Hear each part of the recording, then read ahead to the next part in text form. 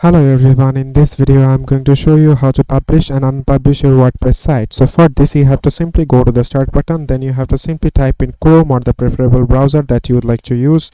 Then you have to just simply type in www.wordpress.com in the top search bar, then simply click on enter.